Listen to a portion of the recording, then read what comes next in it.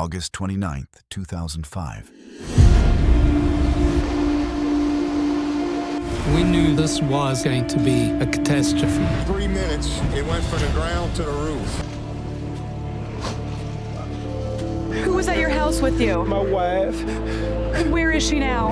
Can't find her body. She gone. One man's pain of losing his wife during Hurricane Katrina personified the devastation of the catastrophic storm. The water started rising, nowhere from out the blue. My daughter, she was only 2 years old at the time. Early morning in New Orleans. Wind still hammers the city, but the real danger is water. Levees and flood walls fail, and surge pours into neighborhoods below sea level. Emergency radios light up with reports that do not match the map. The 17th Street Canal, the Industrial Canal. Nobody can say where the next break will be, only that it is coming. Streetlights glare on rising floodwater. Cars lift and drift. Families climb into attics and onto roofs. Power drops. Phones go dead. Pumps fall behind. In that moment, Katrina stops being a storm. It becomes a flood with no clear end. To understand how this happened, we have to go back days earlier, before Katrina reached the Gulf.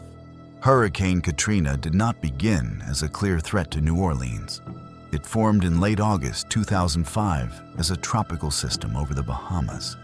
At first, it showed modest strength. Forecasts focused on Florida, not the central Gulf Coast. Katrina moved west and made landfall in South Florida as a Category 1 hurricane. Winds caused damage, trees fell, and power went out in some areas. But the impact stayed limited. There was flooding, but nothing close to a worst-case event. After crossing the state, the storm weakened. Many believed that was the end of the danger. As Katrina entered the Gulf of Mexico, public attention dropped. To many people, it was already a known storm that had done what it was going to do. In New Orleans, daily routines continued. Businesses stayed open. Families stayed home. The city had lived with hurricanes for generations, and most had passed without catastrophe. That confidence did not come from carelessness. It came from history. New Orleans had faced storms for decades. Evacuations were common, but most ended quietly. The levee system existed for a reason. Pump stations were designed to move water out of the city. The belief was simple. The system would hold. Past storms reinforced that belief. Hurricanes had brushed the region before and moved on. Flooding happened, but it was often limited and temporary. Each time the city recovered. Each time the levees stayed standing. Over time, that record shaped expectations. 60,000 people were rescued from their homes in the days following Hurricane Katrina. Many residents had evacuated before, only to return to homes that were still standing. Others chose to stay and saw little damage. Those experiences mattered. They formed a shared mindset that storms were serious, but manageable. When Katrina weakened after crossing Florida, that mindset hardened. The worst seemed over. Even as the storm moved into the Gulf, few believed it could return stronger than before. The idea that a hurricane could fall apart, then rebuild into something far worse, did not feel real. Trust rested on what people had seen before. Trust rested on concrete walls, steel gates, and massive pumps. Trust rested on the idea that New Orleans had prepared for this. What people trusted most was about to be tested first. Once Katrina entered the Gulf of Mexico, the storm changed fast. Beneath it sat the loop current, a deep flow of very warm water. Surface temperatures were far above normal for late August. Warm water feeds storms with heat and moisture, and Katrina absorbed both. Within hours, the storm began to grow. Clouds thickened around the center, pressure dropped, winds increased. The system tightened instead of weakening. This was the opposite of what many people expected after Florida. By August 28th, Katrina had strengthened into a Category 5 hurricane.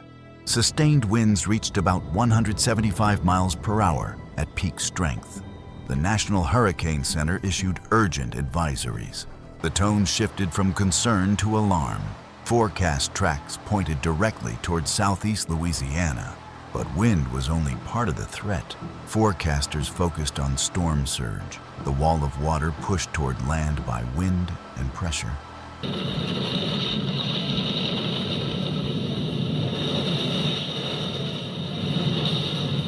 It would definitely be devastating.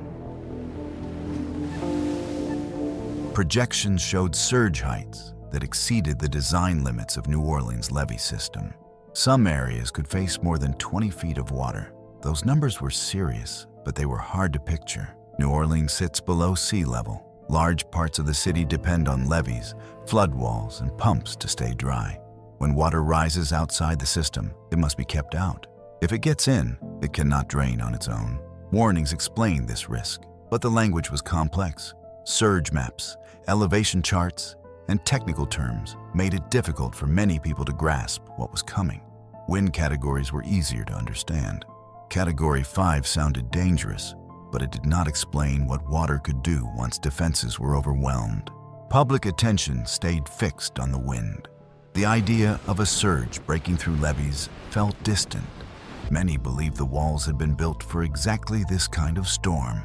Overconfidence settled in, supported by years of quiet evacuations and storms that did not lead to failure. Evacuation orders did come, but they came with limits.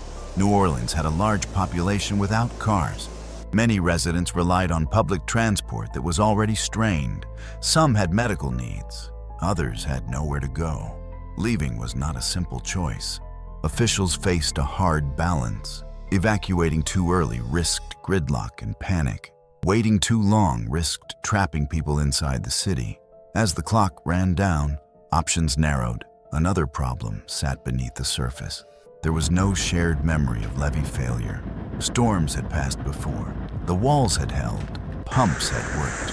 The idea that multiple levees could fail at once did not feel real to many residents, or even to some planners.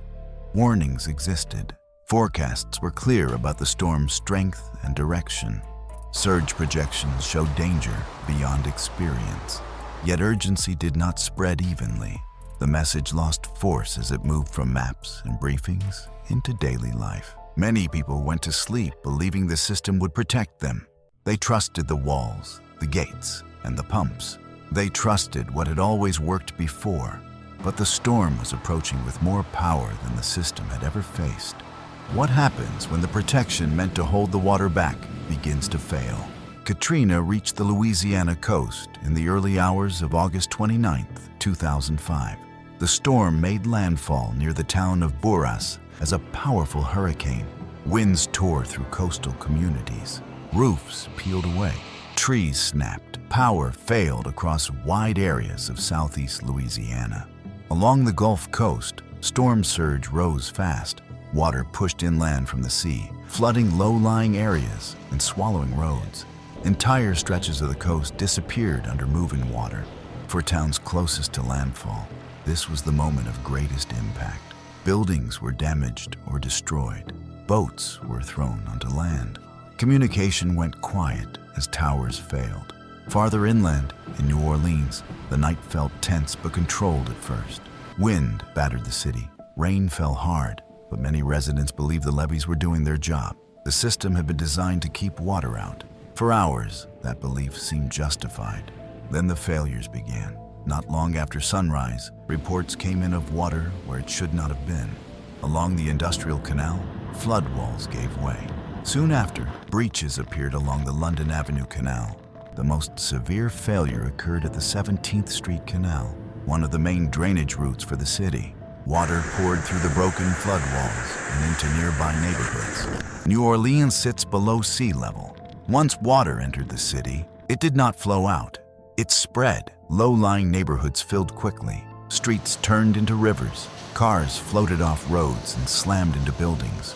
Single-story homes disappeared under rising water. In some areas, the flood climbed several feet in less than an hour. Power failed across large sections of the city. Phone service dropped. Cell towers went offline. Emergency radios filled with broken messages and overlapping calls. Crews struggled to understand which areas were flooding fastest. By mid-morning, the scale of the disaster became clear. Large portions of New Orleans were underwater. In some neighborhoods, water reached rooftops. Attics filled. People climbed onto houses and waited. Hospitals faced immediate danger. Some lost power as backup systems failed. Floodwater cut off access roads. Staff worked to move patients to higher floors while water crept toward critical equipment. Medical evacuations became urgent but difficult. Helicopters could not reach every location. As the day went on, conditions worsened. The city's pump stations were overwhelmed.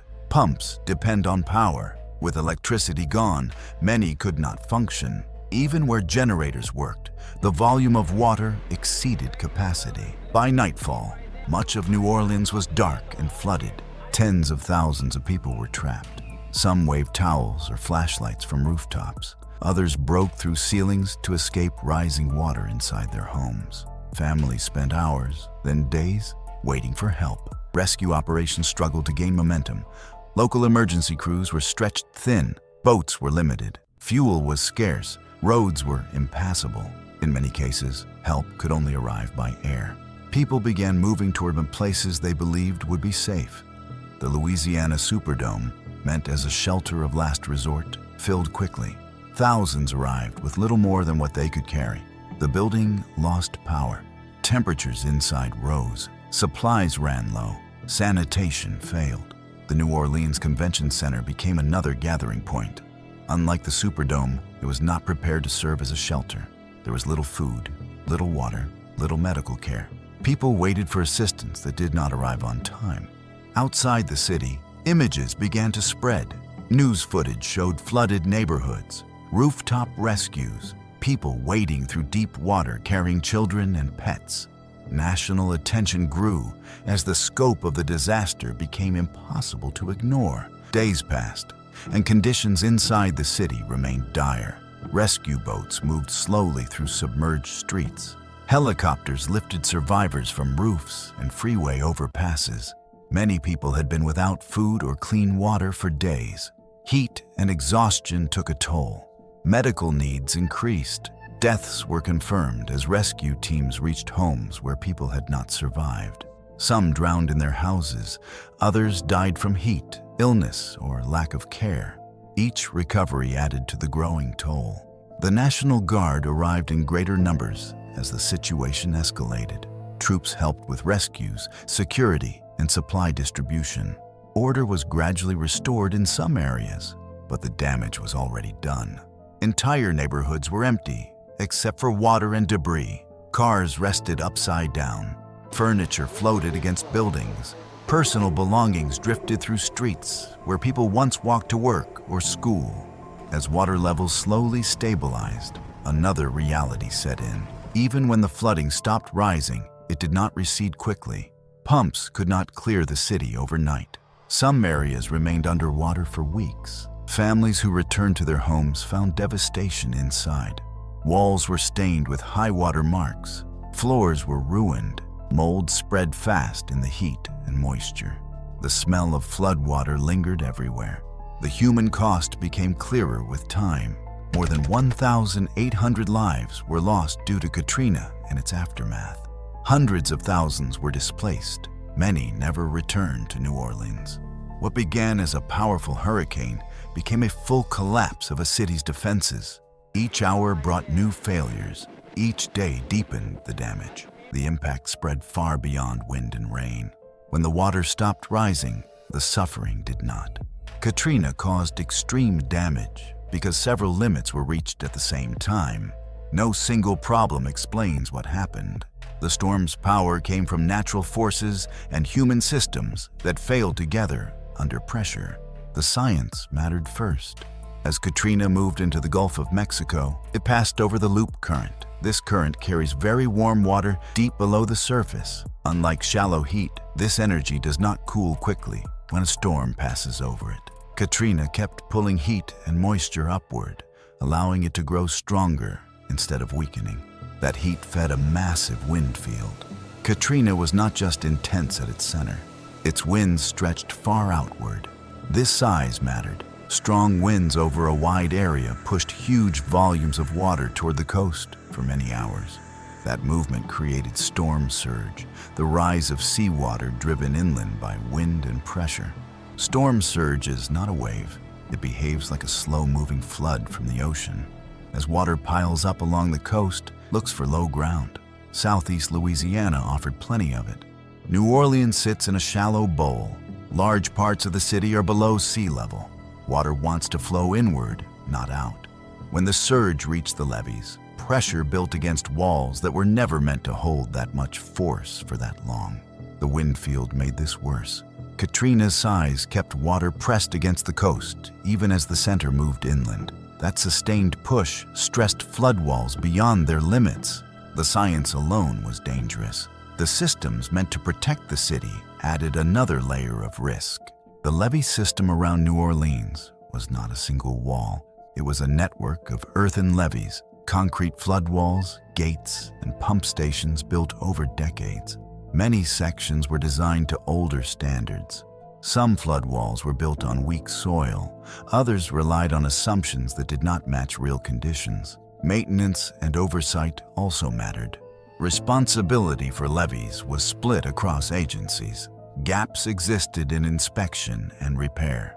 Some weaknesses were known, but not fully addressed. Over time, confidence replaced caution.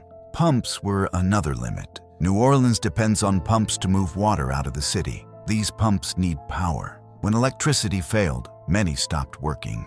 Backup systems could not handle the volume of water rushing in. Human factors deepened the impact. Evacuation was not equal for everyone. Many residents did not have cars. Some depended on buses that never arrived. Others were elderly or sick and could not move without help. Staying was not always a choice. It was often the only option. Communication failures made things worse. Emergency messages changed quickly as conditions shifted. Information did not reach everyone in time. Some people did not know how serious the risk had become until water was already rising. Trust also played a role. Years of near misses created confidence in the system. Levees had held before. Pumps had worked before. That history shaped decisions at every level, from planners to families at home. Each part of the system made sense on its own. Together, they could not handle the pressure Katrina delivered. The storm did not break one wall. It pushed on all of them at once. Heat, surge, wind, weak soil, limited power, and human limits aligned at the same moment. That alignment turned a natural event into a disaster that spread far beyond the storm itself. What followed forced the country to face questions it had avoided. When the water finally stopped moving, New Orleans was not a city in recovery yet. It was a city in shock. Entire neighborhoods were unlivable. Streets were coated in mud and debris. Homes sat open and ruined, with water lines stained across walls. The human cost was enormous. More than 1,800 people died because of Hurricane Katrina and its aftermath. Hundreds of thousands were displaced. Many families were scattered across the country, living in shelters, hotels, or temporary housing. Some returned within weeks. Others never came back. Rebuilding was slow and uneven. Some areas recovered faster than others. Schools reopened in stages. Hospitals took years to return. Jobs disappeared as businesses closed or moved away. Even people who wanted to return faced barriers. Housing costs rose. Insurance became harder to afford. Whole communities changed shape. The response drew heavy criticism. Many people felt help came too late. Communication broke down across agencies. Supplies did not reach large groups of stranded residents in time. Images from the Superdome and the Convention Center became symbols of delay and disorder. Trust in leadership suffered at every level. In the years that followed, major changes were made. The levee and flood protection system around New Orleans was rebuilt and strengthened. Flood walls were raised. Gates were improved. New pumping systems were added. Billions of dollars went into flood protection work. The Army Corps of Engineers is spending $14.3 billion to bolster New Orleans' hurricane protection system. Much of it overseen by federal agencies and the U.S. Army Corps of Engineers. Emergency planning also changed. Evacuation plans improved. Better coordination systems were put in place. Agencies worked to reduce confusion during large disasters. Katrina became a case study in what happens when plans exist on paper but fail in real time. Still, not everything was solved. Inequality remained a major factor in who suffered most and who recovered fastest. People with fewer resources had fewer options to evacuate, fewer savings to rebuild, and fewer paths back home. Many longtime residents felt pushed out as neighborhoods were rebuilt in new ways. Climate-driven risk has also grown. Warmer oceans can increase storm strength and raise the chance of heavier rain and higher surges. That means the future threat is not shrinking. It is shifting. Trust in infrastructure remains fragile. Levees and pumps are stronger than before, but no system is perfect. New Orleans will always live with water close by. Safety depends on maintenance, funding, clear leadership, and honest public messaging. Katrina changed the country's view of disaster risk. It showed that a storm can expose deep cracks that were already there. And Katrina would not be the last storm to expose these limits. Another storm would come later, far from New Orleans, on a different coastline and in a different city. But the warning signs would look familiar from the start. Warm water feeding the system, surge risk rising hour by hour, and local defenses pushed close to their limits. If you want the next episode, subscribe now and turn on notifications so you don't miss it.